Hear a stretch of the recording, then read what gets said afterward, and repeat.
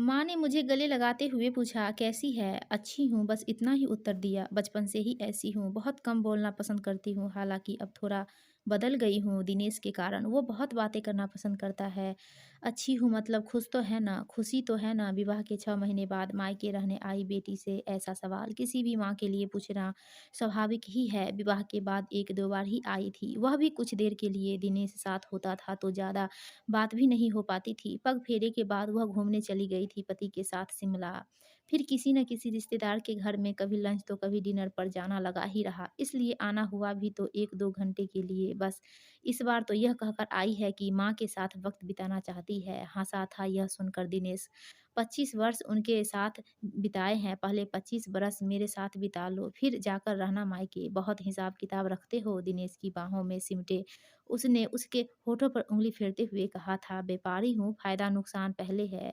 वह कह नहीं पाई थी कि क्यों रहना चाहती है माँ के साथ कुछ दिन, खुश हूँ, क्यों इतनी चिंता करती हो? मैंने चिढ़ते हुए कहा, कभी अपनी भी चिंता किया करो, कितनी थकी-थकी लगती हो? माँ ने हैरानी से मेरी ओर देखा। हैरानी की बात तो थी उसके लिए, क्योंकि पहले तो कभी माँ के प्रति ऐसी संवेदना या चिंता मन में जागी नहीं थी मेरे अंदर। सच कहूँ, विवाह के बाद ही बहुत कुछ समझ पाई हूँ।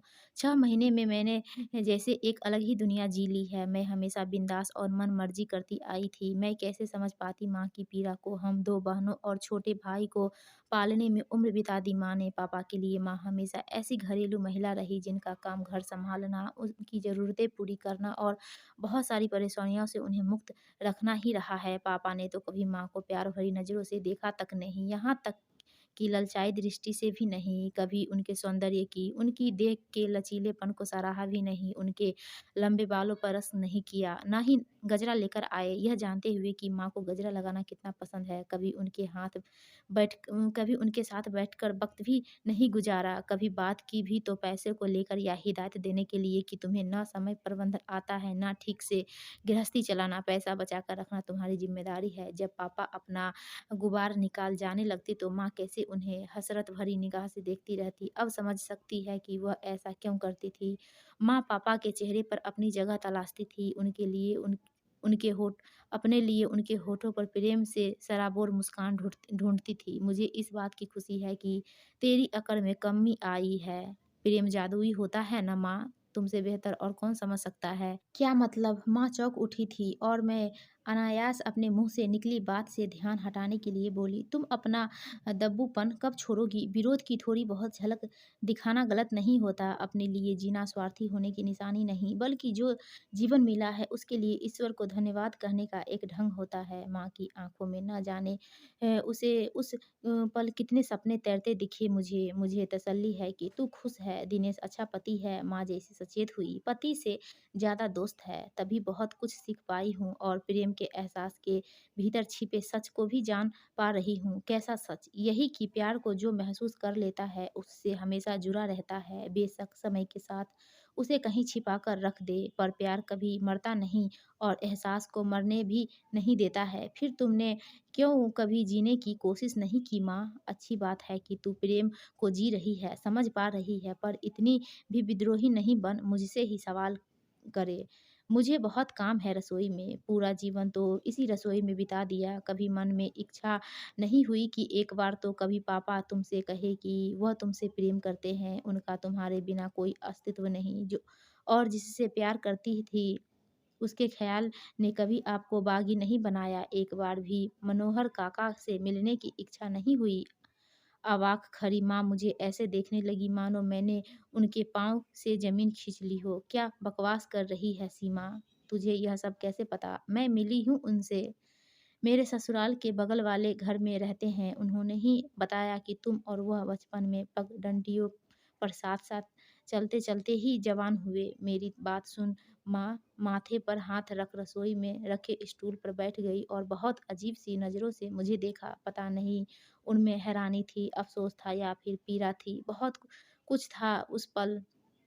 उसकी नज़रों में माँ एकदम चुप बैठी थी, जैसे किसी को कुरेदा जाए तो वह भीतर ही भीतर अपने घाव को सहलाने की कोशिश करता है। माँ भी शायद खो गई थी। सच में वह सोच रही थी अपने बचपन के साथी मनोहर के बारे में, वह समय जब दोनों के सुख-दुःख एक से थे, एक ही पगडंडी पर दोनों साथ चलते थे और उस पगडंडी ने जैसे उनके जीवन को भी एक कर दिया था। एक साथ स्कूल जाते थे और रास्ते में वह कभी उनको कच्ची इमली तोड़ कर देता, तो कभी आम से उनकी झोली भर देता। दोनों ने मन ही मन तय कर लिया था कि बचपन की यह दोस्ती बड़े होने तक कायम रखेंगे। कॉलेज तक वे साथ रहे। फिर मनोहर आगे की पढ़ाई के लिए दिल्ली चला गया और वहीं उनकी शादी कर दी गई। वही था जो बहुत प्यार से उसका नाम लेता था। जब वह उनको रूबी कहकर पुकारता था तो लगता था मानो कोई धुन बज रही है। याद नहीं उन्हें कि कभी सीमा के पापा ने उन्हें नाम लेकर पुकारा हो, हमेशा सीमा की माँ। यही कहा सच अपना नाम भूल ही गई है वह। एक बार मिलना नहीं चाहोगी उनसे? मैंने रात में उनसे पूछा। माँ से इससे पहले कभी मैं लिपट कर नहीं लेटी थी। इस बार एक पल के लिए भी मैं माँ से अलग नहीं होना चाहती थी। मैं उन्हें प्रेम का अनुभव कराना चाहती थी, जो उन्हें पापा से कभी नहीं मिला। और मनोहर काका आज भी सिर्फ उन्हें ही याद करते हैं। माँ, जिंदा रहने के लिए प्रेम होना बहुत ज़रूरी है।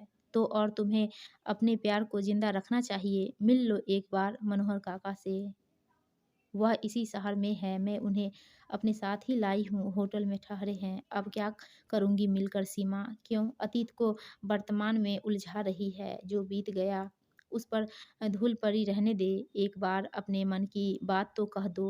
क्या हो जाएगा? कुछ नहीं। तुम्हारे चेहरे पर रौनक तो लौट आएगी। जब जब मनोहर काका के बारे में सोचोगी, जीने का उमंग तो पैदा होगी। और उन्हें भी हे हक है कि वह एक बार तो तुमसे मिलकर जान ले कि तुम उनसे प्रेम करती थी। इसमें कुछ गलत नहीं। बेशक मन ही मन तुम दोनों एक दूसरे से प्रेम करते थे, पर कभी कहा तो नहीं। अपने प्रेम की स्वीकृति देकर, अपनी भावनाओं को शब्द देकर उस अफ़सोस से तो बाहर निकल आओ। स्वीकृति का अधिकार तुम दोनों को है। उस स्वीकृति से के सहारे जीना आसान हो जाएगा तुम दोनों के लिए। तुम बस एक बार मिल लो माँ। माँ ने कसकर मुझे सीने से चिपटा लिया। उसके निस्तेज चेहरे पर रौनक की चमक दिखी। सुबह माँ चाय का प्याला मुझे थमाते हुए बोली, बता कब मिलना है?